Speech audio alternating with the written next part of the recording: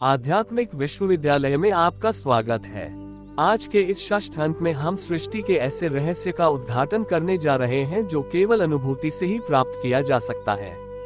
आज का प्रवचन का विषय बहुत ही गहन एवं रहस्यमय है। आज हम अमरता अथवा जीवन मुक्ति कैसे प्राप्त की जा सकती है, इस विषय में चर्चा करेंगे। जी हाँ, शास्त्रीय और वैज्ञानिक शोध के आधार पर सर्वप्रथम जन्म मृत्यु के रहस्य को जानने का प्रयास करेंगे। जन्म का अनुभव गहरी नींद से जागने जैसा होता है और मृत्यु का अनुभव गहरी नींद में सोना।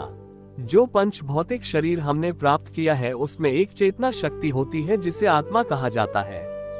वैज्ञानिकों ने शरीर रूपी नश नारियों का सामर्थ्य खोने को मृत्यु कहा है, क्योंकि आत्मा अदृश्य और अविनाशी अजर अमर है। उसे तो कर्म भोग के लिए शरीर मिला है, लेकिन इस शरीर को कैसे अमर किया जा सकता है, सबसे बड़ा प्रश्न यही है। हमारी प्रकृति, चाहे वह भौतिक रूपी हो चाहे शरीर रूपी, दोनों में सतयुग आदि युगों की उपेक्षा वर्तमान में बहुत परिवर्तन दिखाई देता है। प्राचीन समय में ऋषि मुनि हजारों साल तक जीवित रहते थे। वेदों में तो जीवेम शरदा आशीर्वचन के रूप में आज भी गाया जाता है। पुराणों के अनुसार तो अश्वत्थामा, बलि, व्यास, हनुमान, विभीषण, कृपाचार्य और भगवान परशुराम को चिरंजीवी कहा गया है। सुर और असुरों ने समुद्र मंथन से अमृत का पान किया, जिस कारण हमारी देह पृथ्वी, जल, अग्नि, वायु, आकाश अमर हुए। यही पंचभूत रूपी शरीर ही हमें अमरता की ओर संकेत करते हैं। योग की गहन साधनाओं में पंचभूत सिद्धि को अमरता कहा गया है। आज भी कहीं ऐसे संत, गुरु, सिद्ध महात्मा है जो दृश्य अथवा अदृश्य रूप में अमर हैं। वास्तविकता में सभी शास्त्रीय प्रमाणों के आधार पर तो यही है होता है कि शरीर नष्ट होने पर नए शरीर में प्रविष्ट होकर कर्म भोग भोगती है, लेकिन इस बीच मुक्ति या मोक्ष का स्थान निश्चित नहीं हो पाता। वहां पर अधिक से चिंतन पर देने के लिए शास्त्र निर्देशित करते हैं। कहीं वैराग्य, कहीं कामनाओं की शून्यता, लेकिन विराट और अनंत तक पहुंचकर अमृतत्व को प्राप्त करना अत्यंत कठिन प्रतीत होता है। वास्तविकता में जिस अमृतत्व की हम बात कर रहे हैं उसी अमृतत्व को प्राप्त करने के लिए हमारा जन्म हुआ है, जिसका जीवन मुक्ति। अब हमें ये देखना है कि यदि अज्ञान को दूर करके ज्ञान की प्राप्ति करनी है तो वह कैसे हो सकती है। ज्ञान की प्राप्ति बुद्धि द्वारा हो सकती है, क्योंकि मैं आत्मा हूँ, ये निश्चय करना बुद्धि का ही कार्य है। परंतु ये बुद्धि शुद्ध होनी चाहिए। बुद्धि का स्थान अंतःकरण में है और उसके रहने के लिए शरीर की आवश्यकता है।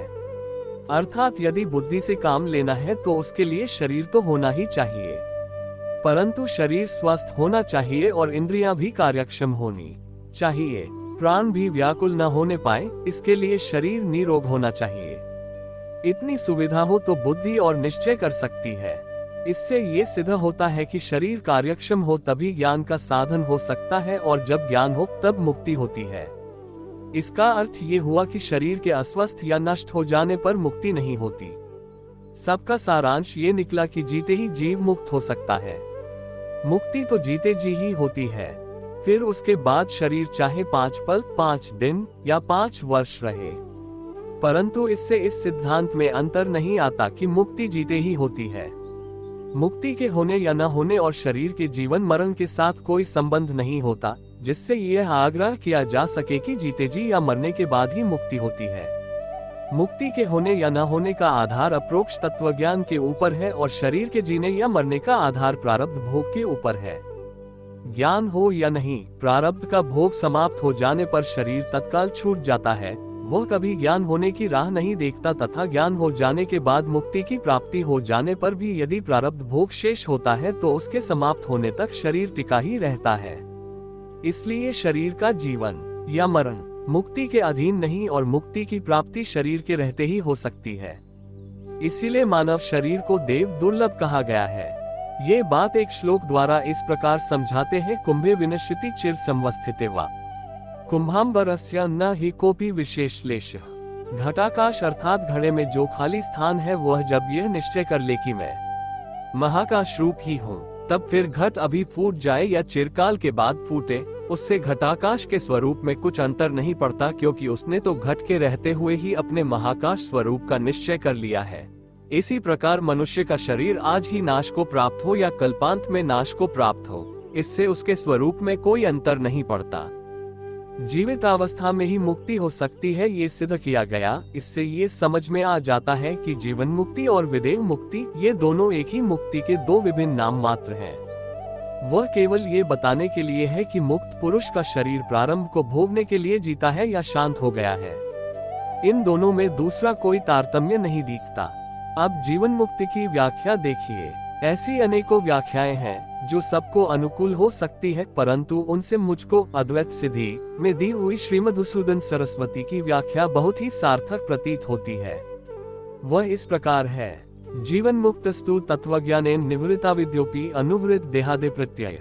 अर्थात जितने तत्वज्ञान के द्वारा अविद्याजनित सारे दूषित संस्कारों को निवृत्त कर डाला है, इतना होते हुए भी जिसका शरीर विद्यमान है और इस कारण उसके द्वारा वह योग्य कर्म करते जाता है, वही पुरुष जीवन मुक्त है। संक्षेप में कह सकते हैं कि जिसके चित्त के ऊपर से सारे संस्कार मिट गए हैं और शरीर से व्यवहार करते रहने पर भी नए संस्कार नहीं पड़ते, वह जीवन मुक्त कहलाता है। उसका जीवन जल प्रवाह पतित पत्ते के समान निरपेक्ष भाव से चलता रहता है और वह स्वयं अखंड आनंद में मग्न रहता है। एक संत जीवन मुक्त की व्याख्या इस प्रकार करते हैं, जीते जी मर जाए वह जीवन मुक्त है। अर्थात शरीर भले ही जीवित हो तथा उससे यथायोग्य व्यवहार भी होता हो, पर स्वयं उस ओर निरपेक्ष भाव से दृष्टा रूप में रहता हो। वहीं जीवन मुक्त पुरुष ही अमृतत्व को प्राप्त कर सकता है। धन्यवाद। ओम नमः शिवाय।